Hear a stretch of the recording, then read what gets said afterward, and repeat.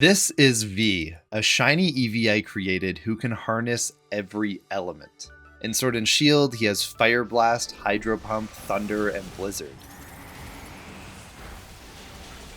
In Legends Arceus, he can use Leaf Blade, Psychic, Dark Pulse, and Dazzling Gleam. He's become the third Eevee with the ability to harness the elements. The partner Eevee in Let's Go does it through the power of friendship, and the Eevee in the Pokemon Adventures manga is able to change between Flareon, Jolteon, and Vaporeon due to being experimented on by Team Rocket. Red's V is actually what inspired me to make one of my own, the Ultimate Eevee. I've been theory crafting this little beast for a while, so how did I do it? And how can you make one for yourself? My name is Professor Rex. Welcome to the Brofessor's Lab. Before we start, I want to mention that Eevee is far from the only interesting Pokemon that you could make with what I'm about to show you. I also created a Cosmog with the powers of both Lunala and Solgaleo, and a member of my Discord was able to create a Gigantamax Sobble. I'll explain more later on, but first, we need to discuss a little-known feature of Pokemon Home, the Home Tracker. This is a special ID given to Pokemon when they enter Pokemon Home. When a home tracker is generated, the server stores information about the Pokemon so it can remember things about the Pokemon as it moves between the games. For example, when a Pokemon leaves a game, the moves it currently knows will be attached to its home tracker. This allows Pokemon to remember different moves in different games. If we look at Frostburn, my shiny Alola Ninetales, he has Fire-type moves it received from a glitch back when Go got home support. With the updates to the home trackers, I can move him out of Galar and into Legends or Scarlet, and he'll remember different moves depending on the game. In Legends Arceus, he knows Dark Pulse.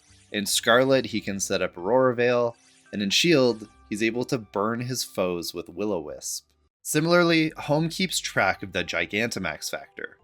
When a Pokemon comes out of Sword and Shield, the server will remember if it can Gigantamax or not. That way, the Pokemon can still adventure across other regions without needing to eat soup when it returns to Galar. Home trackers are also how Pokemon don't lose their Terra types when they move between older games. But why does all of this matter? Well, the fact that Home remembers moves when you move a Pokemon into a game leaves a tiny window open for some shenanigans. If we're able to create a clone of a Pokemon, we can create two Pokemon that have the same home tracker ID. And, as luck would have it, version 3.0.0 of Pokemon Scarlet and Violet opened up a way to do just that. With the Smeargle clone glitch discovered by Japanese players, we're able to create copies of our Pokemon in a way that hasn't been doable before. We're able to create clones of nearly every Pokemon with copies of their home trackers. Back in BDSP, when cloning glitches were present, home support still wasn't out yet.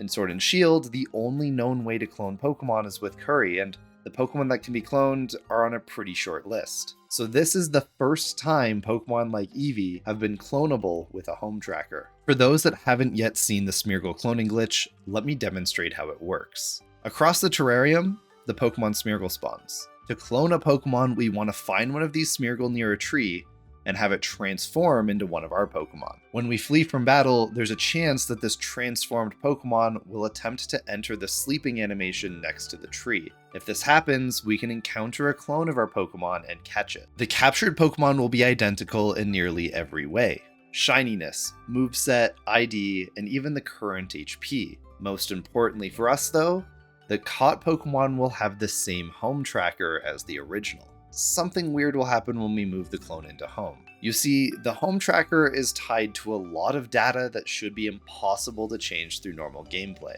If things like the original caught date, the game of origin, or the original trainer change, the Pokemon will be issued a new home tracker. You'll be able to see this has happened if something like a clone of a Pokemon from Legends Arceus is only showing Scarlet Violet moveset data when you look at it in the mobile version of Pokemon Home.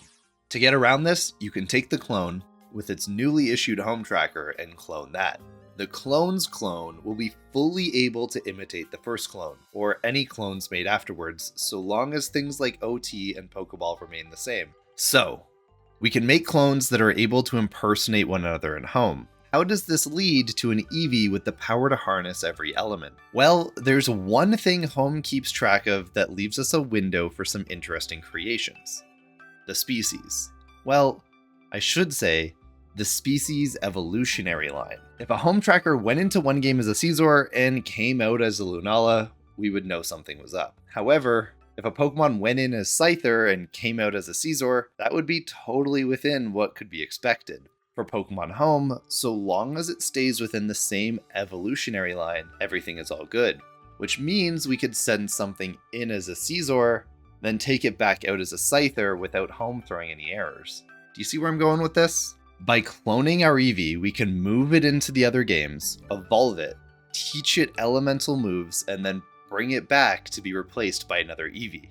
Of course, Home is a fully online service, so things like this can change at any time. I'll keep the description updated with information on if this is still possible.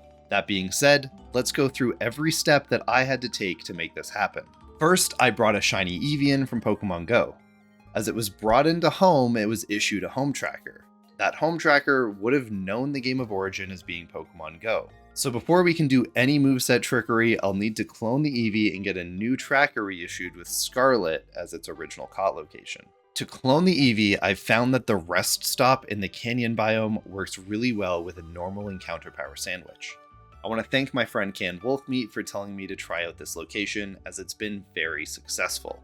A link to his channel can be found in the description below. With Smeargle spawning all over the place, it just becomes a numbers game. Encounter Smeargles near trees, let them sketch the move Transform off of either a Ditto or a Mew, have them transform into your Pokemon, flee, repeat. To do this all, you'll need to make sure your Pokemon goes first. I threw a Choice Scarf on my Mew to make sure I was always faster than the wild Smeargle. After using the move Transform, we switch into the Pokemon that we want to clone. Smeargle will transform into our Pokemon, and then we can flee from battle. If you find that the Pokemon you're cloning is a low level and you're not always getting away, either giving it a Smoke Ball or using a Pokédoll will help you escape without fail. Pokédolls can be purchased at the vending machine in the rest area, or Smoke Balls can be acquired at any Delibird presence. If you're lucky, the Transform Smeargle will start the sleeping animation next to the closest tree. It won't happen every time, and it seems like trying to reset with the same Smeargle over and over won't do you any good. So my recommendation is just to repeat over and over with different Smeargles until it works. Once I had my first clone, I deposited it into Pokemon Home. This reissued a home tracker with all of the information about the clones stored on the server. And this is what I was going to be cloning moving forward. We want to make sure that we're cloning the updated home tracker. If the original Pokemon has ever been in any other games, we'll know that a new home tracker has been issued if the mobile app is only showing moveset data for Scarlet and Violet. After putting our Eevee back into Scarlet, I cloned a bunch of copies of it. Getting 4 more clones took about 1 sandwich worth of encounters. Then, one at a time, I took a clone out of my party, stored it in Home, and then brought it into Shield. Once in Shield, I evolved them, taught them the move of my choice, and brought them back into Scarlet Violet to be swapped out for another Eevee. As one clone exits Pokemon Shield, the moves attached to its home tracker are updated. So as I took this Vaporeon out, the moves were updated to include Hydro Pump. Once I brought a replacement Eevee back into Home, we could see on the mobile app that it would remember Hydro Pump if it was brought into Pokemon Shield. Yes! Oh my god, we did it!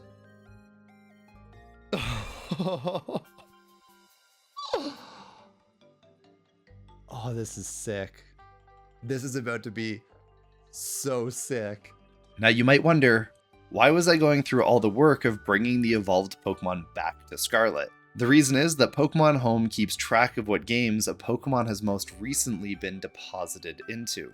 If I brought one clone into Shield, left it there, and then tried to bring another clone into Home, the system would know something was up, and it would issue a new home tracker to the second clone. To take advantage of this system, it's very important to keep a logical chain of command. In order to avoid getting the home tracker updated, we need to make sure that we're always doing full loops with our clones, taking them out of the last game that they were put into. So, with each cycle, V learned more unique elemental moves. After his clones had become Vaporeon, Flareon, Jolteon, and Glaceon, he now had access to Hydro Pump, Fire Blast, Thunder, and Blizzard. To give V access to every elemental move, I repeated the process with Umbreon, Espeon, Sylveon, and Leafeon in Pokemon Legends. And now, as he sits in Pokemon Home, he can choose any of the 8 elements his clone brothers embody to come out on top of any battle. When I think about it, it's really some Sense8 type stuff. By channeling Flareon, he can use Fire Blast. With memories of an alternate version of himself, he can become one of the most compatible Pokemon and use Hydro Pump. When he teams up with Frostburn in the snow, he can take down opponents with Glaceon's Blizzard. When God himself uses the same trickery of elemental control, V is able to use Espeon's Psychic to counter the Fighting Plate. Just like Red's Eevee before him, V really is one of the coolest Pokemon out there. So, that's how I was able to use the mechanics of Pokemon Home and the Smeargle clone glitch to create V, the shiny elemental Eevee. This is something that you can try for yourself right now, and Eevee is far from the only option. I created a Cosmog that won't need to ever hide in a bag. With Sunsteel Strike and Moongeist Beam, this Cosmog can handle itself. There are so many options to explore. What if you could create a Magikarp with Fire Blast, Thunderbolt, Dragon Pulse, and Scald, a Scyther with Bullet Punch and Stone Axe, a Gardevoir with Psycho Cut, Cantoni and Weezing with Strange Steam, Horsey with Draco Meteor, or even like a Fusion Strike Cubfu.